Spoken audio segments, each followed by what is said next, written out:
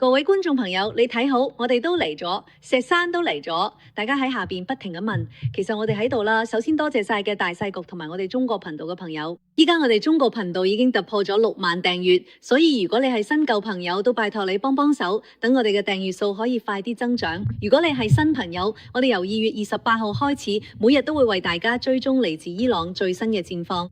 同時以伊朗為中心，今次2026年成個舊秩序同新世紀之間呢種大規模衝突帶嚟咗巨大變化，我哋一齊去見證呢個歷史時刻。因為而家你好難從佢喺主流媒體上呢，其實好難真正了解美國內部嘅情況啦，你都好難喺媒體上見到我哋分析嘅角度同內容啦。歡迎新朋友同老朋友都可以攞睇免費訂閱，睇埋個細鈴鐺，唔好忘記幫我哋點個讚。佢所有觀眾朋友，今日係4月6號星期一。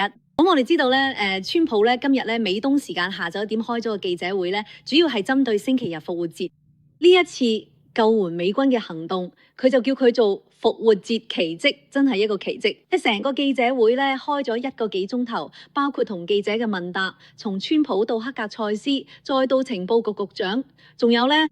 而家總司令同埋呢個海恩將軍咧，佢哋詳細嘅透露喺過去呢45-6個鐘頭究竟發生咗咩事，咁細節真係值得我哋再重溫一次。咁同時咧，今日咧我哋見到美國股市一開始都開始有少少升幅，點解咧？就因為而家傳出咧，伊朗方面咧已經收到美國嘅消息談判嘅內容，但係佢哋嘅回絕咧就係拒絕嘅，佢哋又拎出咗10條，呢10條你睇下仲有冇可能實現啊？特朗普今日喺記者會上直接宣布，最後啦，佢唔會再改變，就係聽日美東時間晚上8點鐘會係最後一次咁樣嘅通知。如果仲未能夠達成嘅話，佢話4個鐘頭可以將伊朗炸到一無所有。咁伊朗你知道佢嘅應對方式係啲乜？用秦鵬嘅話講，好伊朗。咁好嘛，今日咧我哋就要同大家好好嘅分析一下呢啲細節。咁石生趕快同大家打招呼，大家問你又請假啦咩？冇？有冇？我必須講一樣嘢就係4月5號唔係復活節咩？復活節嗰陣，美國所有教堂都爆滿。我出嚟兜咗大圈，開咗幾個州，見到好多教堂都好多人。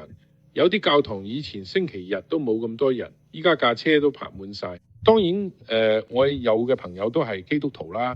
佢就話好多牧師喺入邊都講要為我哋嘅呢個戰士軍人祈禱。你知唔知咁多人嘅原力啊？呢個 will power 其實好勁嘅，係咪？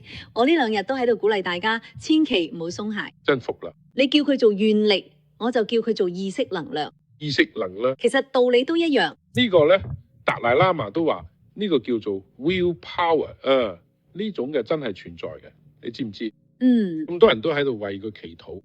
包括我哋下邊嘅觀眾朋友都一齊做緊呢件事，係咪先啊？咁啊，秦鵬係呢個中國古語叫天地人合一。當大家嘅心聲都發出同一個聲音，都喺度祈禱美軍勝利、美軍平安，咁呢種力量應該都會得到天地嘅共鳴，然後更高層次嘅生命，係咪先？我哋叫佢做神、上帝或者創世主，佢哋都有可能會幫我哋。其實呢，網上有段片，我哋啱啱淨係急住講新聞，好多細節都未同大家講。你頭先講教堂入邊坐滿嘅人係咪？其實尋日喺網上咧，好多人都可能見過喺佐治亞州亞特蘭大有個好出名嘅機場叫做哈茲菲爾德傑克遜國際機場，嗰個機場真係非常非常繁忙。結果就係突然之間，成個機場、成個航站大樓都陷入一片寂靜，幾百個等緊飛機嘅旅客，冇人廣播，冇人要求，全部人都跪咗喺地下，然後開始祈禱，自發咁樣，有冇跪低，有冇企住，跟住一齊集體祈禱，成個場面尋日喺網上瘋傳，就好似你頭先講嘅，大家都喺度做咩呢？因為尋日即係4月5號，今日就4月6號啦。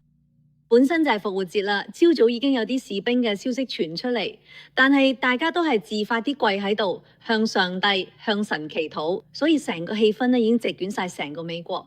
美國真係開始回歸美國翻噶啦。而且嗰個我見到有報道話嗰個費城唔係費城 ，sorry 係匹茲堡。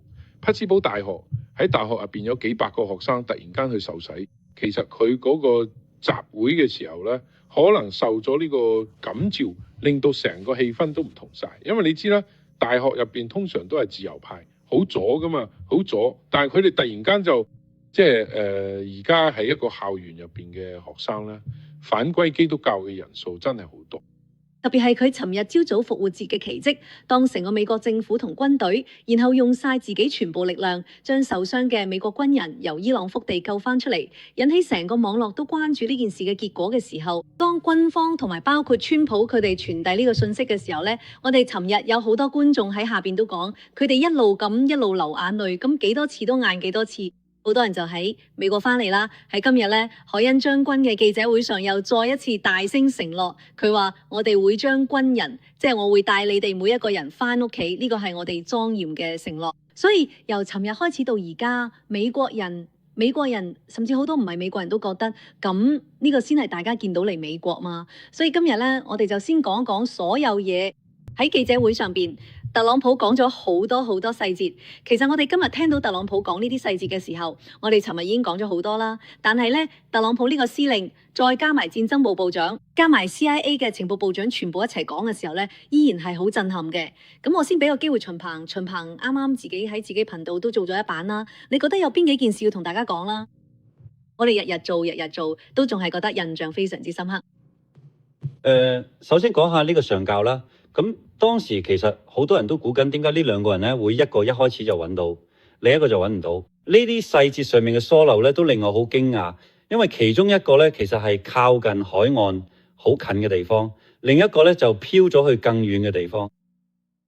所以其實呢樣嘢都真係，我覺得呢點都幾神奇嘅。所以當時伊朗人揾第一個嘅時候，因為好容易就定位到啦，但係第二個就點都揾唔到，所以我覺得呢個都真係好神奇。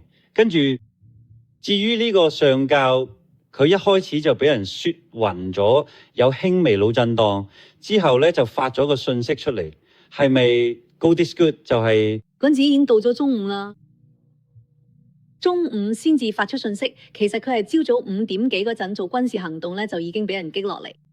結果嚟到中午先至第一次有訊息傳出嚟。係啊，所以其實呢段時間居然連伊朗嗰邊都冇發現到嘅。跟住佢醒翻之後，其實佢係受咗傷嘅。受嘅傷之後咧，佢就自己幫自己處理嘅一下，跟住就開始向山上爬。嗰座山應該有7000幾尺高，咁一路爬到一個石縫入邊，然之後就喺嗰度匿埋。成個星期六，佢就喺靜靜咁喺嗰度等。其實今日最令我驚訝嘅就係呢樣嘢。海恩將軍啊，唔係嗰個 CIA 局長拉特克里夫，仲有川普。佢哋就回顧咗，講翻當時點樣揾到呢個人，因為其實要揾到佢真係好難。佢哋話好似大海撈針咁，或者喺沙漠入邊揾一粒沙，又或者喺大草堆入邊揾一根針，就係佢形容係咪先？其實真係好難揾。結果佢哋披露咗啲咩呢？就係佢哋用咗一種儀器，跟住喺60-40英里之外，即係大約65公里外，佢哋就見到話：咦，呢個地方有個人影喺度喐緊。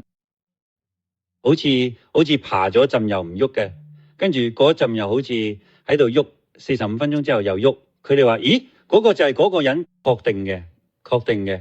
咦，之後就將呢個消息話俾海格塞斯戰爭部部長知，海格塞斯就即刻報告俾特朗普。呢個時候咧，又開始有一個大問題出嚟啦。其實當時嘅好多嘅軍方嘅一啲人係咪其實係認為呢個任務係唔可能完成嘅？川普咧喺記者會上面直接就講到，佢話佢哋都係非常專業嘅軍方嘅呢一種人士、高級官員啊。咁佢哋咧都係反對呢樣嘢㗎。有好多人反對，對好多人。好多人反對，因為佢哋包括個弗林將軍。弗林將軍話佢曾經做過呢個 commander， 就係呢個部隊嘅呢個司令額。佢話呢個係成功率係非常之低嘅。如果係佢嚟做決策嘅話，佢可能都唔會批准咁㗎。因為佢覺得呢個成功率唔高，而且有可能損失嘅人更多。對，咁所以呢個時候面臨嘅一個決定，100或者200人換一個，對，呢個就係佢哋決定嘅一樣嘢。結果佢睇到要承擔最大責任嘅兩個人，佢哋係最堅持話呢件事一定要做嘅，就係戰爭部部長海克塞斯，另一個咧就係參謀長聯席會議主席海恩將軍。因為如果失敗咗咧，呢兩個人就要背大啲啦，但係佢哋兩個都堅持。川普最後拍板話：我哋要將佢救翻嚟，無論點都要救翻嚟。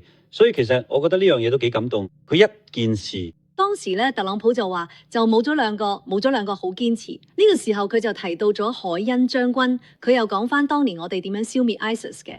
佢又講到當時咁去到，佢話點解會咁？呢個 ISIS 咁耐都未搞掂，佢走咗去伊拉克，去喺美軍基地了解情況。佢話除咗海恩將軍之外，所有人都同佢講打唔完、打唔贏，冇辦法搞掂，佢方法解決。結果海恩將軍就同佢講：你俾我4個星期。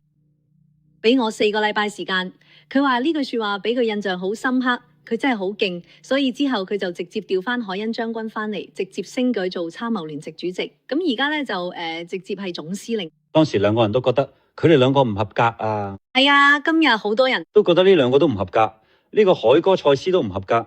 你從來都未做過將軍，係咪先？你嗰個韓將軍都從來未做到嗰個級別，咁軍官都覺得唔合格。咁嚟到咧，你睇下。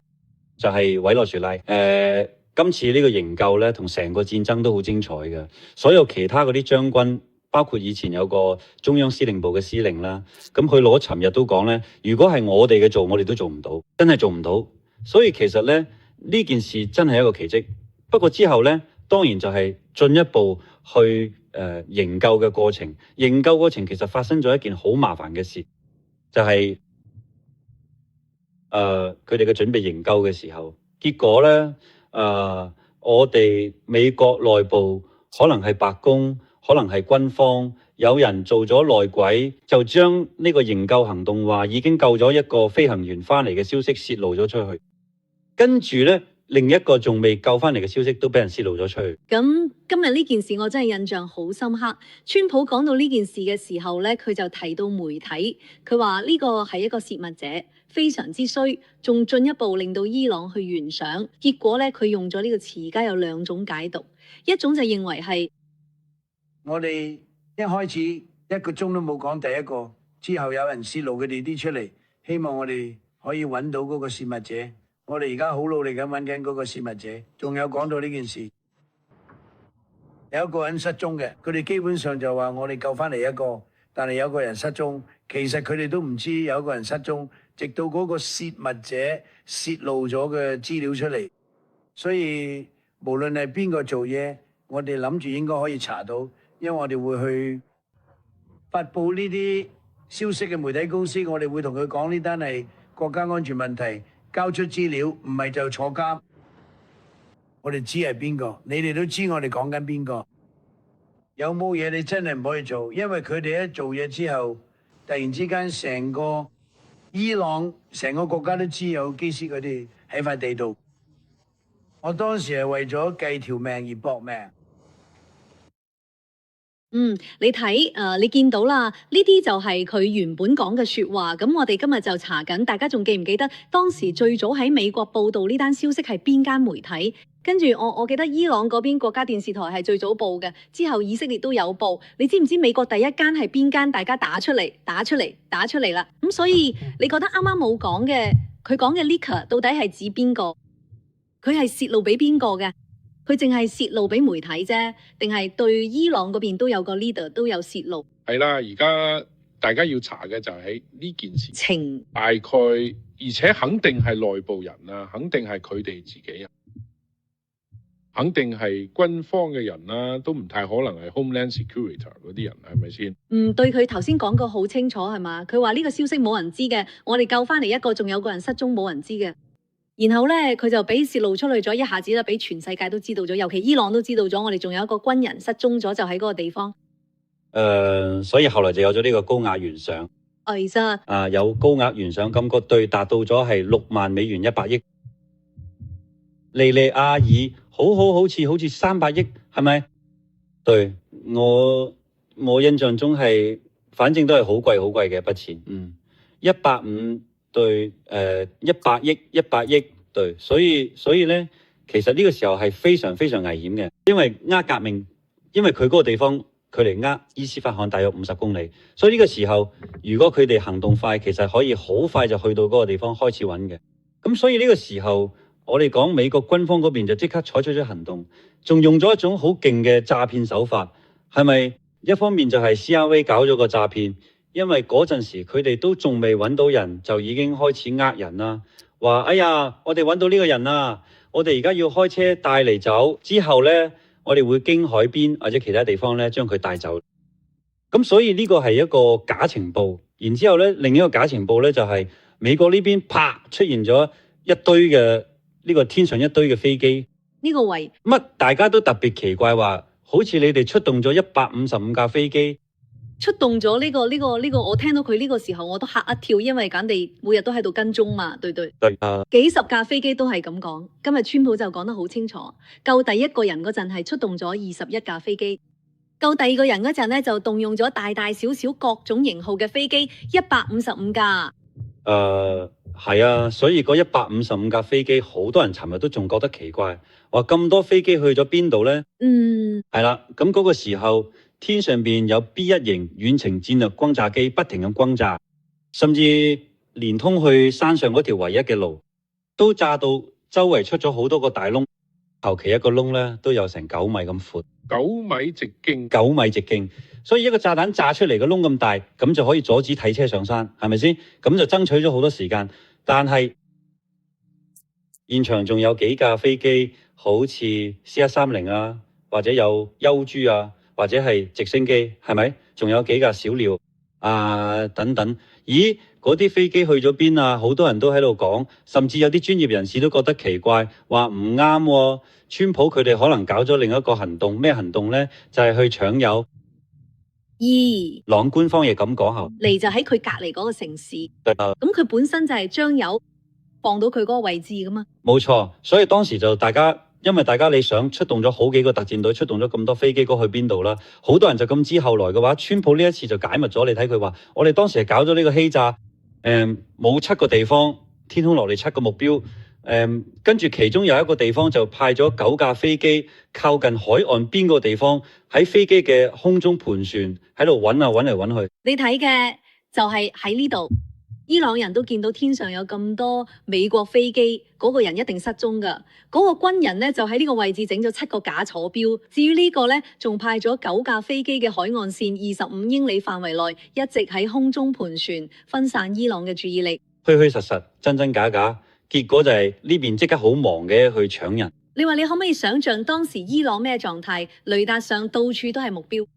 如果有雷達嘅話，聽講仲有幾個雷達仲生存緊嘅。7個坐標，到處都係美國飛機。呢個人究竟喺邊？就哀咗暈咗，好似啱。你啱啱講個細節都幾有趣，真係喺海岸邊跌落嚟。照道理應該冇咗2個好近，點知實際上佢哋2個距離好遠。今日佢都講嘅原因，佢哋嗰架飛機啊 F-15A。速度真係好快，所以一跳出去嗰個仲未離開就已經可以帶走嘅，佢就變咗2個人咧，距離咧就真係非常非常遠，所以咧伊朗當局其實都唔知道暈嘅係佢哋都暈咗，到底邊個地方先至係真，所以佢哋做咗好多呢啲假動作或者假救援，就係冇乜狀態。F-15嗰個最快速度係2.5馬赫，不過我唔信喺嗰陣時飛得咁快。飛咗快啲都跳唔到出嚟啦，大概都接近嗰個數。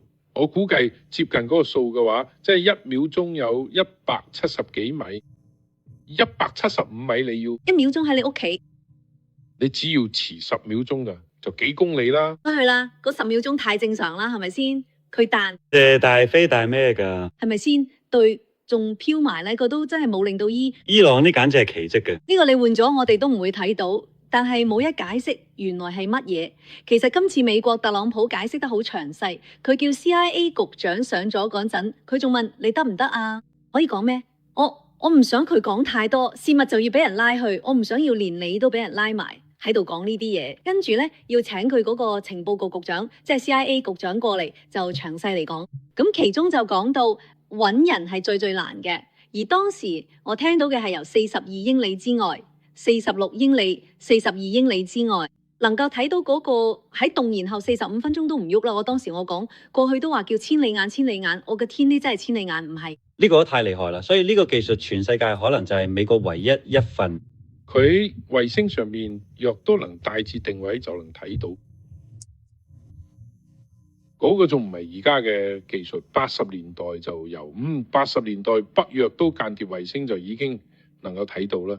80年代嘅時候，軍隊裏邊，就中共嘅軍隊裏邊，曾經有一個文件發落嚟，真係張愛萍到歐洲去訪問張愛萍嗰時係國防部長，到歐洲訪問呢，就參觀咗北約嘅指揮中心。喺歐洲嗰陣，佢就去到佢哋嘅戰情指揮室，喺大屏幕上面攞到衛星即時監控嘅圖像。跟住人哋就問佢：你想喺邊個地方啊？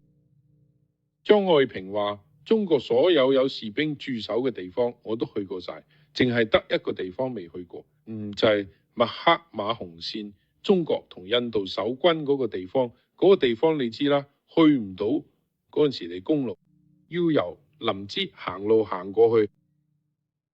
以佢嗰個年紀呢，我估計要行10日都未必行得過去。一般士兵呢，上任都要行4日，車過唔到嘅公路就一定要行路。而且仲要翻雪山，所以嗰個地方以前有個講法呢，士兵當兵4年落嚟只見過2次連長，第一次就係喺呢度上哨所嗰陣見到連長，然之後連長話好，你去嗰個哨所，咁就去咗。第二次就係佢復員落嚟，要走嗰陣見人啦。其他時間都係人哋送糧食上去，佢就喺嗰度等，就係得嗰個地方。佢話我要睇下嗰度，後來啲人就幫佢將衛星調去嗰個位置。佢話可以睇到啲咩呢？可以釐清楚印度人抽緊嗰隻煙嘅牌子喎。80年代，當時印度人喺度食煙，何況人咗佢。話你睇嗰個印度人就喺個抽煙，唔係有煙霧出嚟都可以睇得見。然之後佢將煙盒放擺喺旁邊，你可以睇到個牌子。就係後來張愛萍翻去就同鄧小平講唔帶心啊，我哋邊個唔擔心啊？佢話呢個鄧小平就話咁啊算啦吧。村人咩？我唔知道，鄧小平係四川人。係啊。然後佢就話，後嚟鄧小平就話算啦，咁我哋就冇搞軍隊就算啦，因為我哋而家將全部錢堆入去都搞唔到，所以佢就話我哋就以經濟建設為中心，100年不動搖。因為呢咩意思呢？咁斬地呢個搞唔過啊，遲咗賺錢賺夠咗先搞，就係呢個係當時呢個有咁樣，即係有咁樣一回事講落嚟。所以喺呢個呢，啱啱秦鵬講嗰個。其實唔係用衛星嘅佢係直接喺地面都睇到嘅。我覺得佢哋仲有無人機，仲有各種各樣嘅工具，佢哋可能係偵測有啲咩活動，即係話生物活動。係啊，我見網上有啲技術人員進一步分析，話佢係用影像加埋生物特徵嗰啲分析，再加埋3維建模或者其他 AI 算法，最後先至可以做到嘅。65公里都可以睇到嗰個地方，因為其實嗰個地方本身好耐都係匿喺石縫入邊。係啊，佢係咁就係佢，你嚟出邊就算點樣揾都未必嚟到佢。佢好有經驗嘅。點解佢要爬上山？因為山上有好多洞，好多石縫。佢揾咗個位嘅喺度，你度差唔多暈咗。基本上佢嗰度天上可以睇到，山下就肯定睇唔到。佢就喺個地方咁低，係一個人喺入邊足足捱咗1日1夜。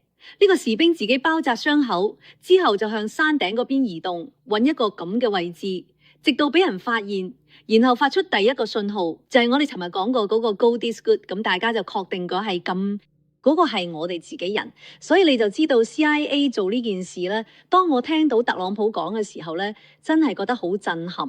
你話當你知道